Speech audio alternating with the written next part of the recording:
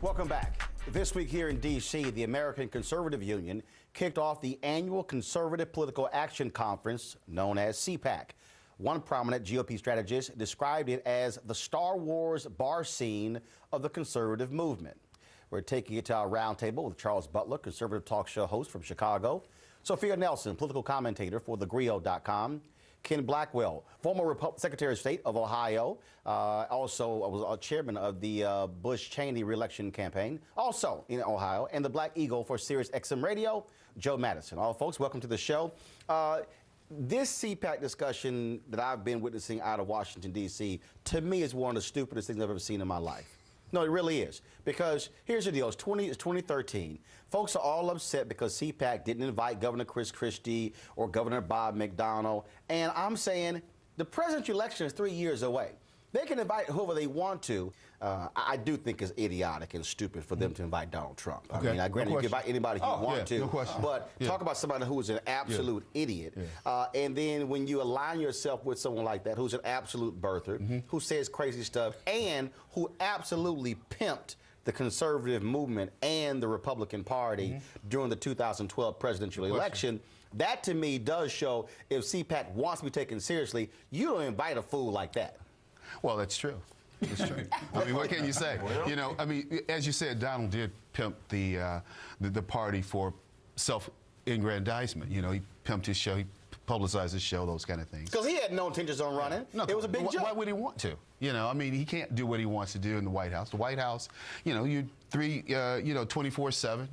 365 a year with someone else, which is one of the things the president doesn't like. You know, he doesn't have a lot of, no president really has, I think, really enjoyed the presidency because of lack of privacy. But, you know, CPAC has been a lot of fun. It's been interesting. And this year I've seen more blacks, more Asians, and a lot of Hispanics that have basically taken over the program. Yesterday they did a program on immigration, and everyone on the dais were pro-immigration. Now, I know people who are anti. That butt kick in November is a huge reason for that. I mean, let's just be honest. The Republican Party, you saw Senator John McCain when he ran for re-election. I mean, he ran as far away from his own position. At the end of the day, President Obama getting significant Latino support caused a huge flip in the Republican Party when it came to immigration. Joe, you're down there laughing. No, the reason I'm laughing, I'm just tempted at saying we've got a lot from what?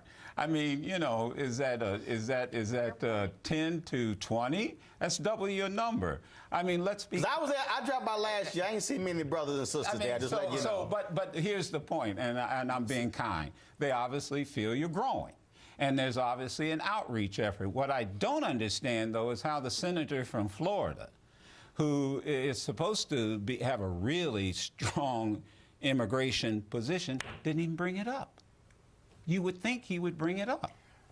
He has gotten plenty of airtime on the issue. Nobody questions where Marco Rubio is on the issue of immigration and why and how he got there. But let me just say, well, why you guys have in fact put a death knell in conservatism and Republican Party. We have 30 out of the 50 governors. You know, you said this is all a response to the last election. It is. No, it is not. It is not. Senator John McCain, who was one of the strongest immigration reform advocates in America. But it's people. One second. Martin, but you're not a conservative. Day in and day out, I'm in there.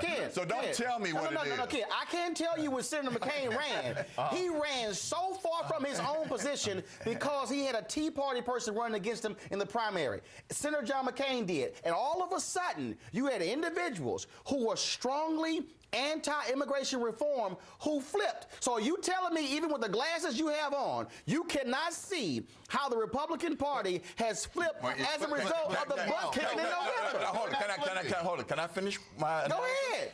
First, I need some binoculars if you can't see that. No. We have 30 out of the 50 governors. Right.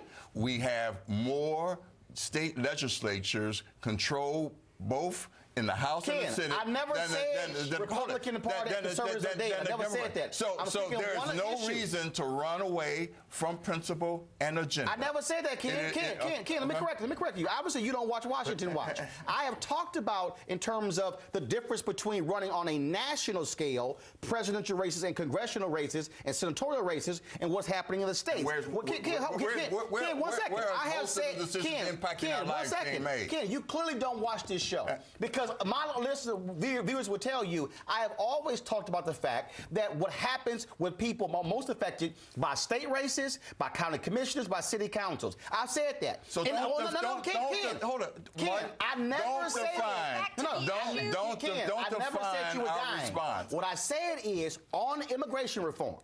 The party has changed because it was forced to when they saw 70+% of Hispanics go for President Obama. They said we got a problem, and even their own members have said, Sophia. Agree. What I would like to talk about, though, is the growth of the Republican Party and the conservative movement relative to people of color, because I think that's really the subtext of what we're talking about.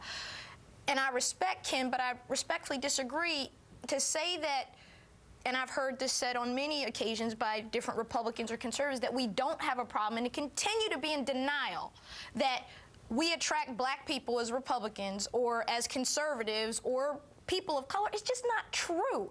And at some point, we're going to have that come to Jesus meeting with ourselves and with the electorate that says, how do we take Republican politics or conservative message and actually really get voters of color to respond to us and want to be a part of us? I think that's the real issue we ought to be discussing instead of pretending that we don't have a problem. On a national level, that's not the problem. I think when we talk about conservative, we have to remember that the term conservative is used synonymously with being racist and racism in the media by people all the time. And so when black folks say to you, well, how can you be a conservative? I'm not trying to conserve anything for white males. We're talking about morals, values, and outlook. And when we line this up like we did VON, people said, well, I guess I'm a conservative. Yes, you are a conservative, so why are you voting Democrat? And people go, well, I don't know, because my grandfather did, because my mother did. That's not why. They got better outreach. Hold tight 1 second. I got to go to some break, pay some bills. Hold on, we got to conserve.